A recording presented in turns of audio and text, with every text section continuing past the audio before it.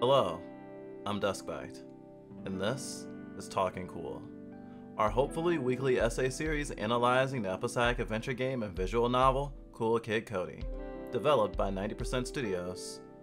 We aim to release an episode for each episode of Cody that releases within a week of that episode going live.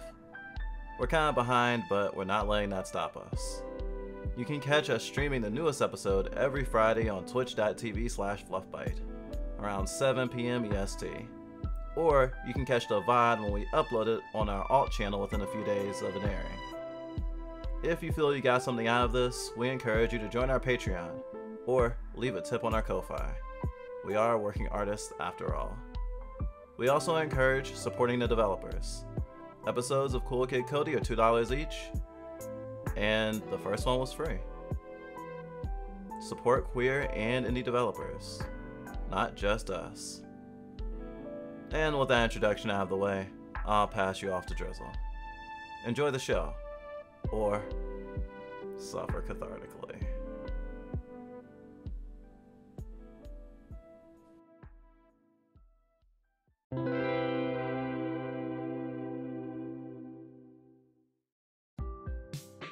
The person you become, the person you are, emerges from the experiences you've had. Some think it's nature or nurture, but it's both. And I think it's the latter more than the former.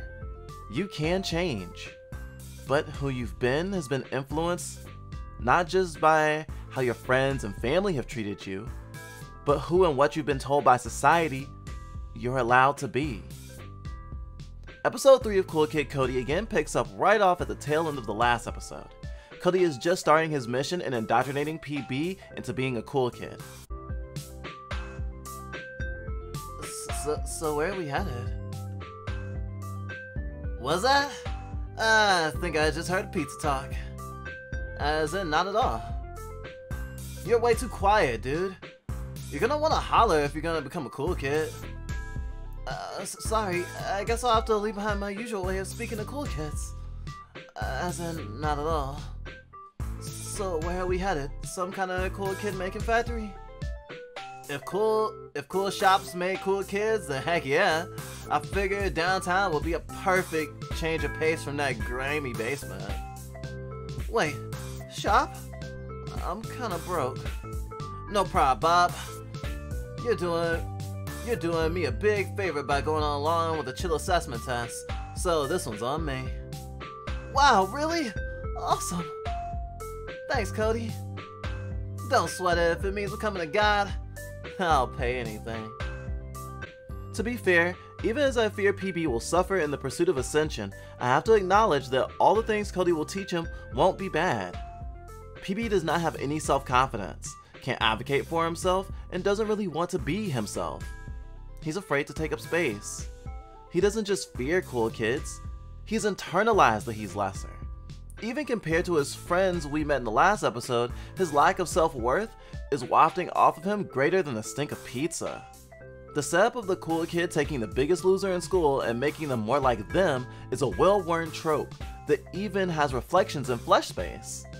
We know because we've lived it. Although the stakes aren't usually so high. Cody presses his face to the shop window. Pizza Boy follows suit. Inside a variety of vintage and handcrafted goods like old broken lamps, candles shaped like butts, and boutiques made of dead plants. Sorry, bouquets. I thought Tight Heights was one of the cooler neighborhoods. What's with weird shops like this? Beats me. Maybe they pop up just to test how cool a cool kid actually is. I bet only losers fail to resist the urge to buy a butt candle. Guess I'm not a real loser then. That all being said, Cody and PB's banter in Tight Heights is pretty cute and only a little bit patronizing. PB even sneaks in that in Cody's definition, he can't even be a real loser. If butt candles are for losers, then actually, I'm kind of ambivalent about butt candles. I guess I'm not a loser either. It's a relaxing cafe, serving up coffee, peace, quiet, and no skateboarding indoors policy. Makes sense. Letting someone skateboard in a cafe is like letting a bull out in a china shop. Totally, bulls should be able to go in any store they want.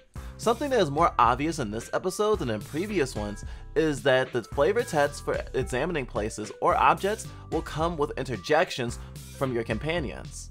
Holy heck, the buildings on tight heights sure are tight. Yeah, tightly spaced and tight isn't cool. And they've got a lot of height.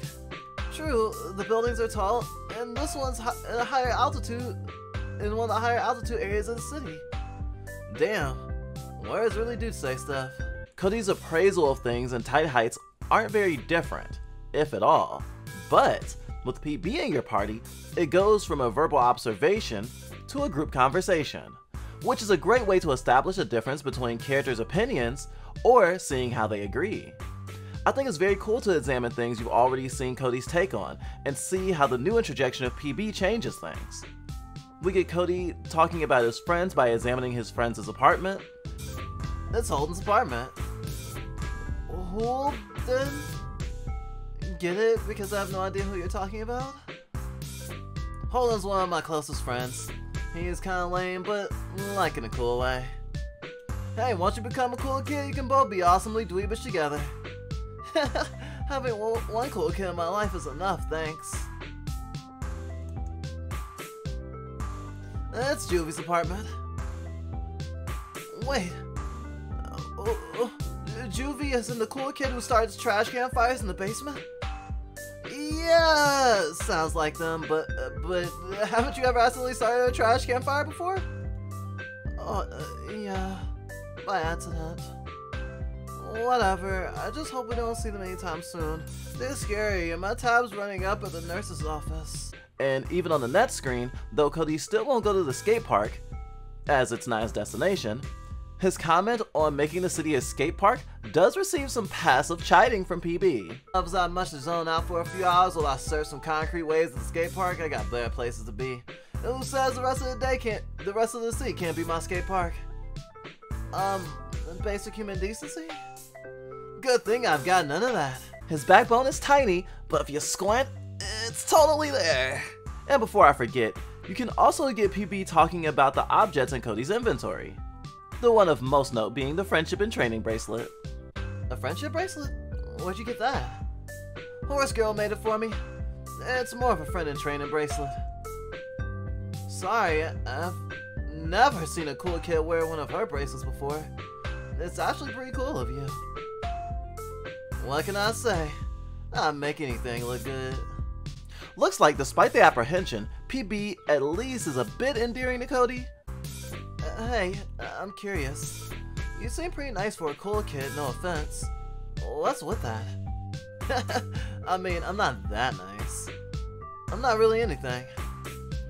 I really only started talking to losers again today. Otherwise, you bet I'd just ignore you. Weird. I thought one of the more knowable bullies would be picked for GRD. Good to know what nice cool kid might have said. Or maybe it'll turn out that you are a bully, and you're just lying to me about the cool kid candidate so you can rob me of all my lunch money in the back alley downtown! No way! I'm just here to get my wings. Trust me, I got no beef with losers. They just kinda like exist.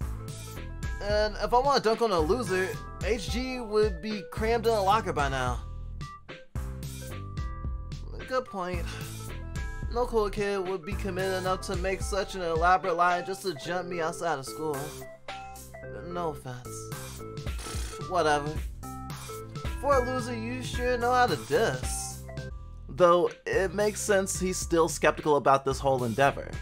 For one, he has to take Cody's word for it and not the school. And for the other, everyone in Cody's social class have only abused or ignored him up until now.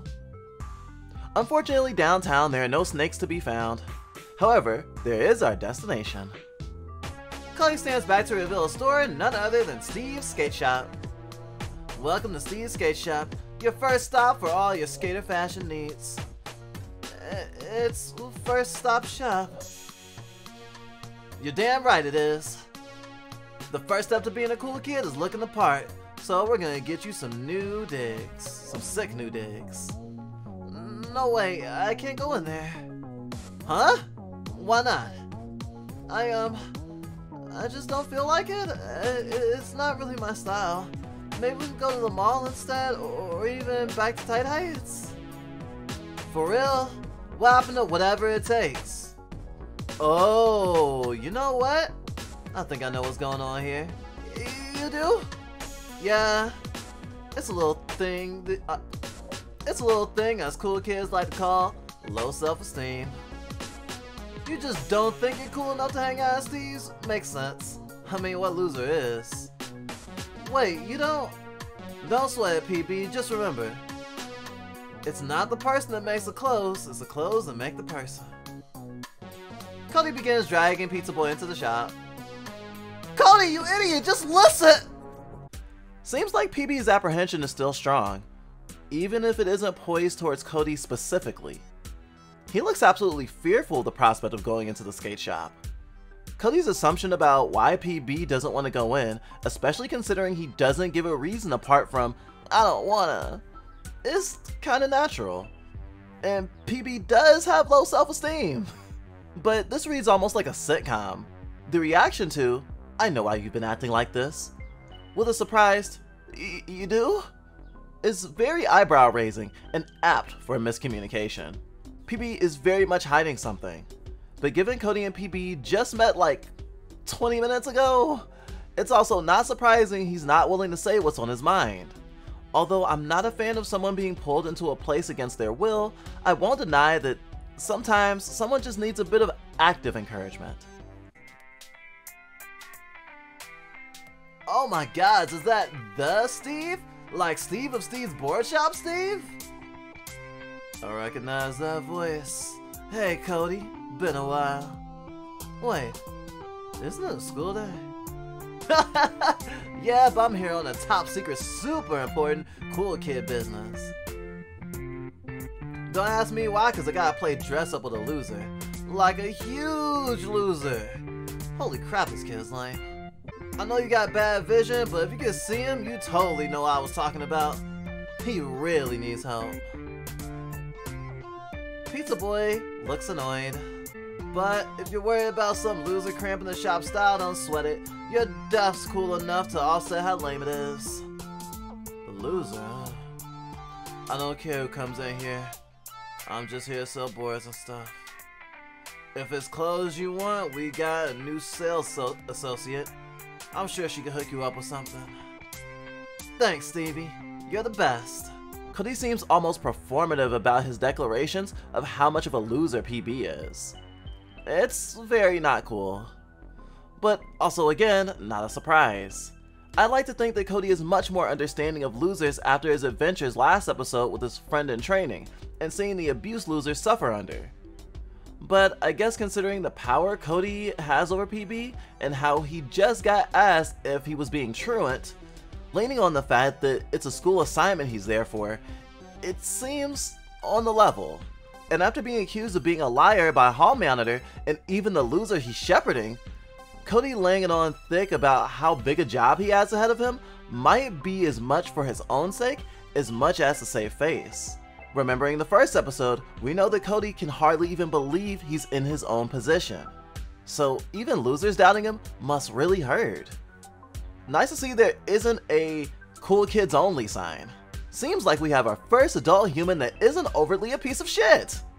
And our second human in general that isn't. Wow. Well, small victories.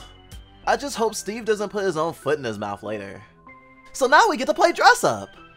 Pizza Boy sneaks towards the skate shop exit. Dude, you love wearing that greasy uniform that much? At least try something on first. This rag's stacked with trendy hats. Pizza Boy stares at a basic ball cap. Oh my god! They got fanny pack hats? They got fanny pack hats, right? You gotta, just look at you. Pizza Boy shakes his head vigorously. Pizza Boy's choice. Yeah, maybe you've had enough of fanny packs. Pizza Boy sheepishly points at a basic ball cap. Seriously? That's like the exact same hat you're wearing. Pizza Boy looks very sad. Aww. Well, I guess you pull it off fine. Don't fist what ain't broke, right? It's This whole wall of skateboards featuring a rainbow of designs, psychedelic, punk rock, retro, you name it. Don't worry, Skateboardy, I'd never replace you. Cody gives Skateboardy a little kiss right on the grip tape, which is disgusting! Pizza Boy stares with mild disapproval. Need some work done on Skateboardy?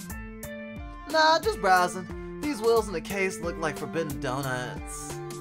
And they taste like them too. As in they taste forbidden. Kinda like rubber and tobacco actually. Gross! Apparently, this is where Gma first brought the family skateboarding. Crazy ass place has been open since like before we were even born. Wouldn't that make Steve like 1 billion years old? Pizza Boy shakes his head. Yeah, you're right. Immortality isn't real. This place obviously just franchises out to people exclusively named Steve. It's an artsy display of band tees, mostly punk rock and punk rock. Hey, do you listen to any of these? Pizza Boy shakes his head. Bummer, nothing's less cool than being a poser who wears shirts with things they know nothing about. Why do you think I have an encyclopedia knowledge of purple? Pizza Boy stares at the mannequins with disappointment. The unattainable beauty standards of having dead eyes and technicolor skin must be getting to him. It's so unfair everything looks better on a plastic, lifeless body. The bottom shelf of the stand is filled with colorful legwear. Here's a lesson in cool kid fashion. Much like a canvas is the backdrop of a painting, your pants are the backdrop of your entire outfit. Which is why it's important not to pick something too flashy. Pizza Boy points to a basic pair of shorts. Not exactly what I was thinking, but I guess it's better than whatever you're wearing right now. Cody picks up a basic pair of shorts. The wall's plastered in Air Jadens, HC Gears, Comfort All-Stars, all the sickest kicks. A pair of basic red sneakers catches Pizza Boy's eye. Whoa, look dude, they got holographic wheelies. I'm sure riding a bike with wheels crammed in your feet is easier than biking with socks and sandals, right? Pizza Boy shrugs. On second thought, you seem to like these a bit more. Cody punches the wall, knocking a pair of basic red sneakers down into his hands. Cody, you're on last warning. Quit punching things in the store. You got it, Steve. Cody glances between Pizza Boy and the stacks of shirts. Well, I think you've got the boring shirt department covered. Pizza Boy points at Cody's shirt. What's this? That's totally different. My shirt's got a uniquely subtle V-neck. You may notice, unlike how other essayists might cover a subject, I don't show you both sides of every choice in this game. With other games in the past, that may have been my desired approach, but given how fast I'm trying to get these episodes out, playing through a second time to get footage of all the choices seems like a more spoon-intensive effort than it's worth. However, upon thinking about it, I don't mind taking the, well, this is how I played it approach, considering it gives you reason to play it yourself to see how choices differ, but also because I don't think it weakens my analysis to show you every choice. As a video essayist YouTuber, it's kind of overwhelming to see most creators mention that they played a game 10 plus times, or that their research included not just the work in question, but several other fairly long related works. It makes me feel lesser that I can't do the same thing and expect to be able to get videos out. In the past, we felt the pressure to do the same for our content, or else we wouldn't have validity. But it's part of the reason we haven't dropped a Fluffbyte Presents in over a year. We've been overextending constantly. But no matter how we approach our essays, it'll still have validity. And of course, anything we do will be subjective to our experience with said work, let alone our opinions. I mention this because when playing through this section, it became obvious to me that the choices of each article of clothing was saying something about Cody. I mention this because when playing through this section, it became obvious to me that the choices of each article of clothing was saying something about Cody, or rather, the player's version of Cody. Do you trust PB or yourself more? And how willing are you to shape PB for your own goals against his will? Because with most of the clothing choices, you can choose between Cody's sensibilities or PB's. It's a measure of how controlling you want to be of PB's personhood and self-image. And as you may have noticed, I decided to let PB pick his own outfit. Like a big kid, I mean a cool kid, like a cool kid. If self-confidence is a measure of a cool kid, then it makes sense to not just pick out everything for him. He'll just stay passive that way. Although I have to say that in the moment, that wasn't the reason why I did it. I did it because his adorable pleading eyes when he eyed something he liked would be a lie to say I could deny. And of course I was curious about his personal style, though I should have expected he would cling to the familiar. I don't feel my analysis is lacking because it doesn't matter what Cody would pick. Just the fact that the game gives you the option to let Cody pick speaks volumes as to the game's theming and intentions. The joke, of course, is that PB's choices are functionally the same as what he's wearing, which after one choice is obvious. Playing into the notion that he's a loser to his bones. And if he only wears what other people tell him to, is that really being confident? It's little narratively putting you in Cody's shoes, as letting PB choose might have the potential to make Cody lose his goal to become a god. And small aside, since we use music from the game for all our videos for this series, we frequent Denny's Soundcloud. Not just a game developer, but a composer as well. Nice. If you didn't know, every week, music from a new episode is released.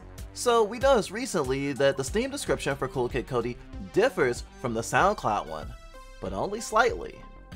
Particularly the last sentence. Should he fail, he might just lose his cool. Which I'm not sure Cody is even aware of. No one talks about the failures of the cat, only the winners. Makes me wonder if our decisions will diverge into two different endings. One where he becomes a god, and one where he doesn't. But regardless, the stakes are higher than they initially seem.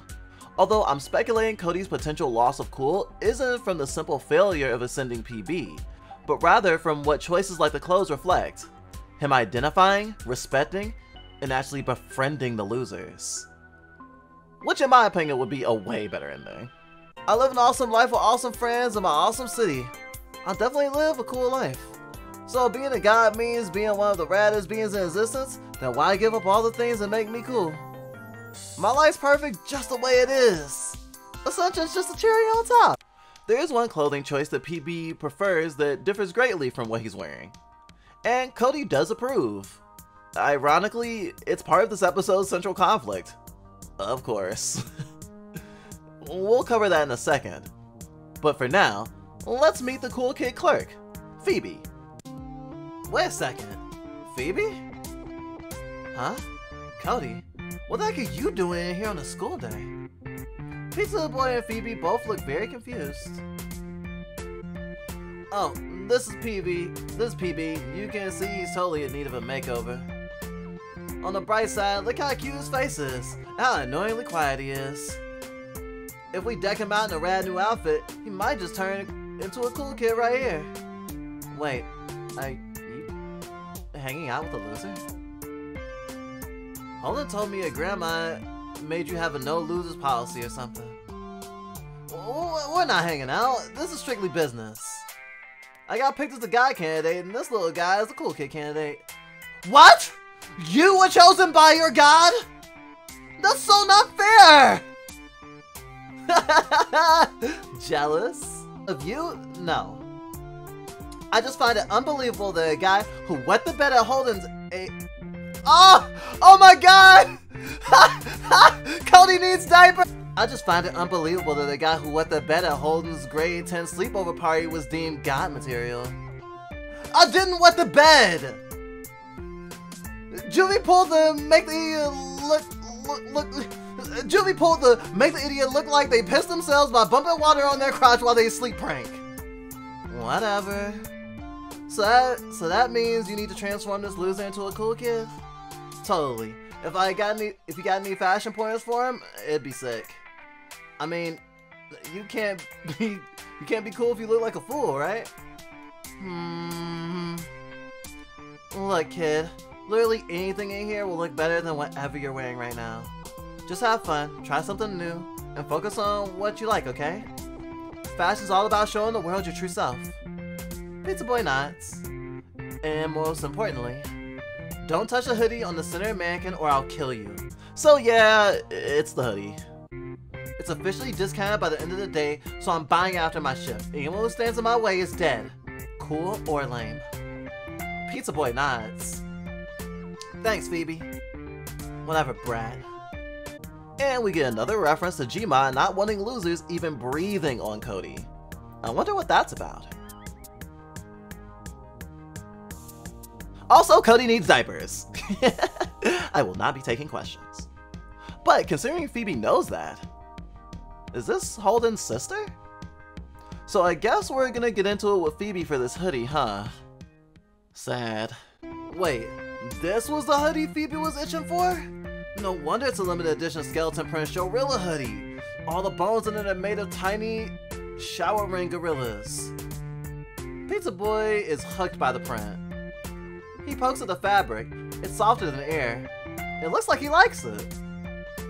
Hey, hands off the merchandise! Well, the poor kid's probably never touched anything this rad in his entire life.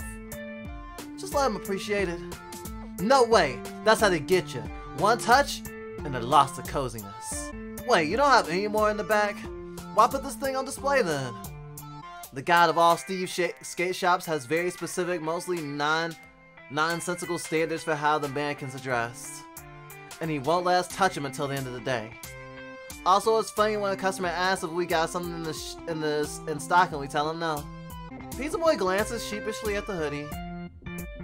Sorry, peeps. He sees it, he likes it, he got it. Cody tackles the mannequin. Cody! Phoebe tries to tear Cody off of it. Hey, what the hell is going on here? This bride is assaulting the mannequin! What? Well, she's trying to hog the merchandise. I'm just a simple teen looking to contribute to capitalism the only way I know how. By assaulting the mannequin. It's a Shorilla hoodie, isn't it? I really like it, Steve. I'm so close to getting it. But he likes it too. Why do you get dibs? Because I work in retail. Oh, come on. What's the worst you've had to deal with working in a place like this? You! Stop fighting. There's only one way to settle this. Phoebe lets go of Cody, and Cody lets go of the mannequin, which tumbles unceremoniously to the floor. Steve pulls out his phone and starts dialing. Oh snap! Finally we get to meet another god? Seems unhinged, but hey, that's just how I like him. Hey, the real Steve. We've got an issue here. Two customers are fighting over the Shorilla hoodie and... can you please speak in the language I can understand?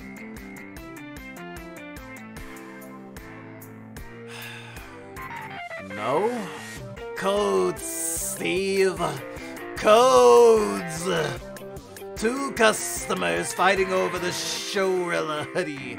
Is a code blue. I thought code blue was for bomb threats. No, that's code ultramarine. Right. Well, what do we do? Standard protocol, Steve.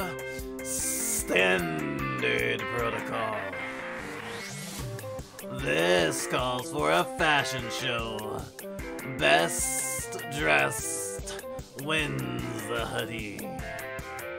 A fashion show? Really? Oh gods, is that the new sales associate, Steve? Hello, Junior Steve, how are you? It's me, Junior Steve. I'm doing well. I folded a shirt. Nah, new Steves are always such go-getters. Well, if you're all done bothering me, I've got a lot of ambrosia to eat and nectar to drink. See ya! The real Steve hangs up. The fashion contest is an interesting take on this dispute, because of course in our world, something like this would never fly. At least every store I've known. At my old job, if there was some merch I wanted and I didn't want a guest to take it before my shift ended, I would just hide it somewhere. Though obviously that's not an option here. The real Steve is quite a character and a shrewd business god. Wait, that was your god? What a weirdo. And his name is Steve? No. His name is the real Steve. He hires people exclusively named Steve. Cody and Pizza Boy look at Phoebe. Sometimes you gotta lie about your qualifications, okay? I guess that's that. It's fashion show time. Also, I'm like 100% sure that Phoebe's trans. Don't at me. The fashion contest is pretty straightforward. But interestingly, there isn't a voting system or anything. You can choose to compliment Phoebe on the hoodie or not, and I felt bad saying it looked bad on her in such an extreme way, so I didn't. Phoebe dons the legendary Showrilla hoodie. Oh, it's so soft. I never want to take it off. Well, what do you all think? Pizza Boy nervously gives her a thumbs up. You're an adequately attractive blur. Aw, thank you, thank you. How about you, Cody? This is totally my style, right? Well, I guess you do look nice. But only cause that sick hoodie is covering up the rest of your terrible outfit. Wow, that's the first compliment you've ever given me. And only half took back. I think this calls for a celebratory photo. Snap one for me, will you? Ugh, fine. Cheese, you poser. Cody snaps a photo. Were the stickers really necessary? Yes. Whatever, your turn, loser. Phoebe hands the hoodie off to Pizza Boy. Time to try on a new outfit. He heads to the fitting room in basic cool kid attire. Damn, not as flashy as I like. The colors seem well coordinated at least. Boring. But heck, PB looks so fly in that hoodie. Makes me want the damn thing myself. So in my head, he pulls it off way better. But it does kind of suit him. He doesn't seem like the type to be dripping in neon like some cool kids. But what do you think, kid? Like the outfit much? Pizza Boy shyly nods his head. Aw, well that's good at least. But just because he likes the outfit doesn't mean he looks better in that hoodie than I do. So I guess I win. No way! It's not fair if one of us chooses the winner. We're the ones competing. I thought you were a cool kid, not a sore loser. Well, I thought you weren't a hack with a worthless creative writing degree. You take that back! Jeez, stop fighting already. If it means we get the clothes on time, I'll decide. Just take a pic so I can get a closer look. Pizza Boy looks very nervous. Well, you heard him. Say cheese. Hello? Cheese? Pizza Boy refuses to say anything. And then is yet another time where we get a choice to be controlling of PB. So of course you know my take. Let him be himself.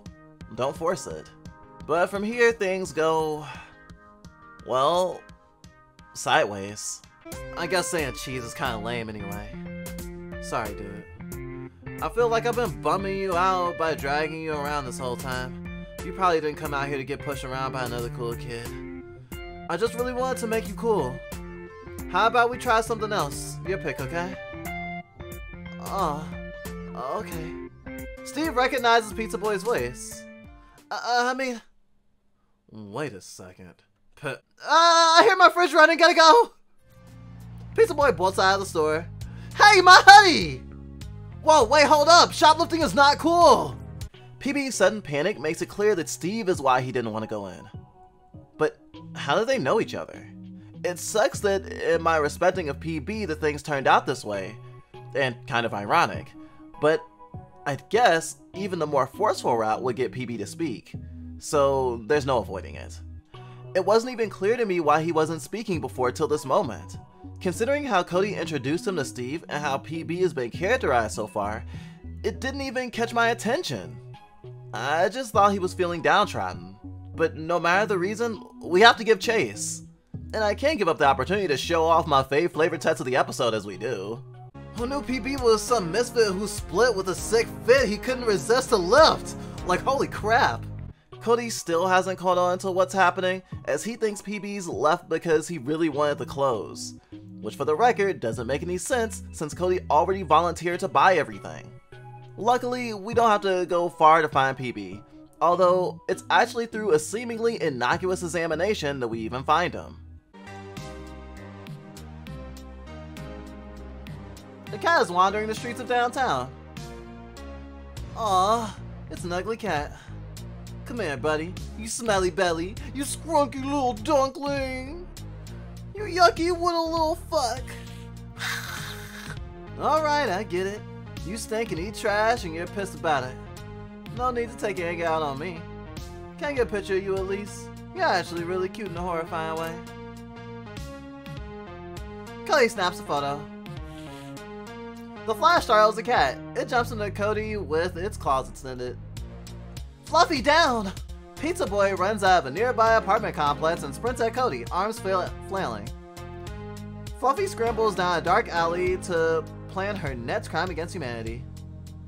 PB, you saved my life. I really didn't. What were you doing taking a photo of a sewer rat? That was a sewer rat? No, it was Steve's cat Fluffy. I was just being hyperbolic. Jeez, I have so many questions, like why name her Fluffy? And she's always committing crimes against humanity? Shouldn't a cat owned by the Steve of Steve's skateboard shop be cooler? And most importantly, what were you running for? Was your outfit literally so cool you had to steal it? No idea. Yes. No.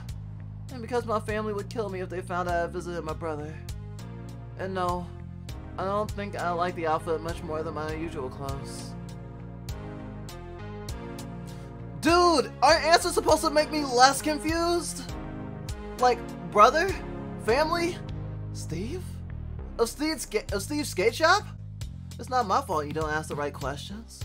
Steve's my brother. He's a cool enough loser to pass as a cool kid, which means his life is great so long as I'm not in it cramping his style. The family wouldn't be happy if I held him back or outed him. Whoa, I've been going to that skateboard shop for years. How'd I never notice? Maybe because there are 2 layers of sunglasses between your eyes and his. Speaking of, you'd probably notice a lot of things if you didn't wear those indoors. Hey now, I'm the one asking questions here. You wait your turn. That wasn't a why didn't you just tell me that outside the shop? If I knew that it was family related, I'd totally leave it alone. Would you though? Yes, I would. What, you think cool kids don't have families or something?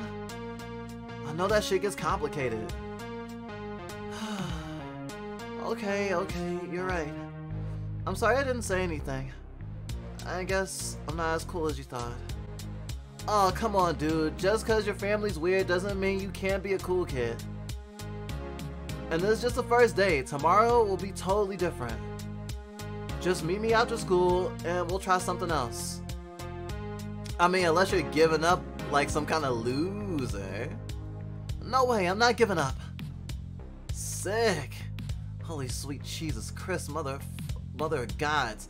Thank you for not letting this loser quit on me.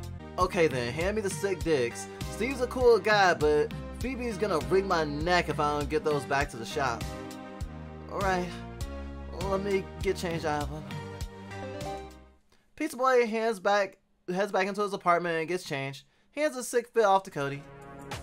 Hey Cody, thanks for putting up with me. You can thank me when you're a cool kid. See you tomorrow. So this is the lore drop of the episode. The concept of a loser passing as a cool kid is very interesting to me, and it gives more credence to How Me Under Their Skepticism last episode. Of course losers try to pass as cool kids to make their lives easier, and maybe even the lives of their loved ones. Although in this case, PB's life is surely worse. Before now, I saw the cool kid and loser divide chiefly as a class allegory, and secondly, as a race allegory. But with this new development, it also now reads to me as an allegory for transness, queerness, hell, even neurodivergence. Especially neurodivergence. Obviously, none of these comparisons are one-to-one, and honestly, I like that about them, as this society is unique enough that no one comparison fits perfectly. That's a sign of good world building. Not that poor people don't try to pass as more affluent or financially stable than they really are. Pressure to spend money that will hurt them to be able to rub shoulders with folks above their station. Raise your hand if you ever went to an anime or furry convention even though you couldn't afford a hotel room or to buy any merch. Or if you ever went out to eat with coworkers after work or friends when they invited you out even though doing so meant you couldn't buy food again until your next paycheck. It's pretty insidious. Not being able to stand next to folks in society doesn't mean you won't try. Otherwise, it just feels so isolating, right? Of course, the trans allegory works well here too, because trying to pass as cis is something many trans folks do in order to avoid discrimination, or even just uneasy conversations. Because with society the way it is, there's no way to know if being visible will bite you in the ass, even if those in your immediate proximity accept you.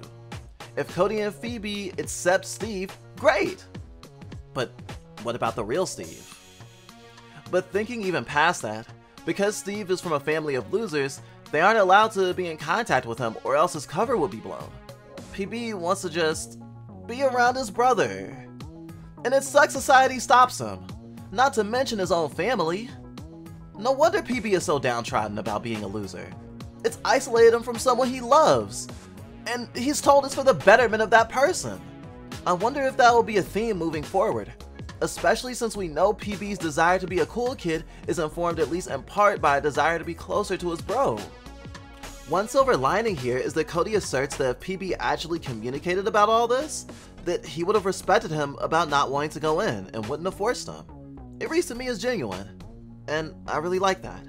Considering this is a pretty important plot point that you can't avoid, I also think it's funny that PB doesn't want to keep the clothes, showing that the choice of who dresses PB won't have a lasting effect, at least in Cody's standing towards godhood. It seems this was just a test of Cody's desire for control. Even if one did choose to dress PB, Cody's actions here and the choice not to force PB to smile for that picture shows Cody won't stop at nothing to see PB fit his model for cool kiddom. Although, he obviously still wants it. Cody walks through the streets of downtown. The sky is a grimy blend of blues and greens. Jeez, this whole time Steve's been a loser? He must think I'm such an airhead for never noticing. Wait, is it okay to care about what a loser thinks of me? I mean, any cool kid will be thrown for a loop. Even Juvie couldn't fault me. Palling around with a few losers means becoming a god, and the sooner I become a god, the sooner I'll get away from all of them. In fact, I bet a whole pizza Juvie will be begging to help me as soon as I see him tomorrow. Cody returns the things to the skateboard shop. Thursday. Juvie slams her head onto the table. Juvie, wait. Cody's treating us today. Have some patience with him. You can't talk sense into them. I'm sure they're allergic to waiting. Hey yo, pizza's here. Cody, ordering a pizza isn't rocket science. Just tell him, have I came here treating you to a fresh pie and you want to stop to talk about rocket science? Not cool. Well, actually, rockets are pretty cool. But not as important as, Before I break into the pizza. Thanks for the pizza, Cody. It's nice having you back to even out the ordering options. Do we really gotta have pizza 2 days in a row just for this idiot? Aw, I love you guys too.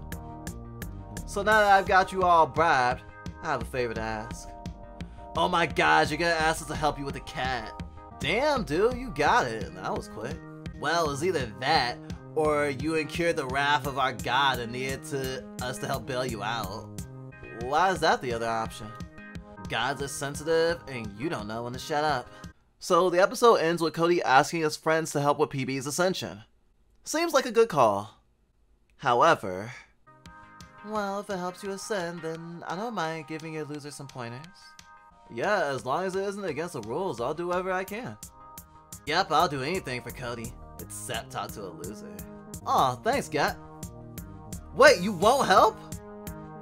No, and nothing you do or say will... But I think he kind of vibe with your style. He's totally a downer too. Do not try to endear me to a loser or just for a few hours. Y'all don't even have to talk. He can just watch you. I'm not gonna be stalked by some loser. Like I said, I don't want nothing to do with this stupid test. Please, please, please, please, please, please, please, please,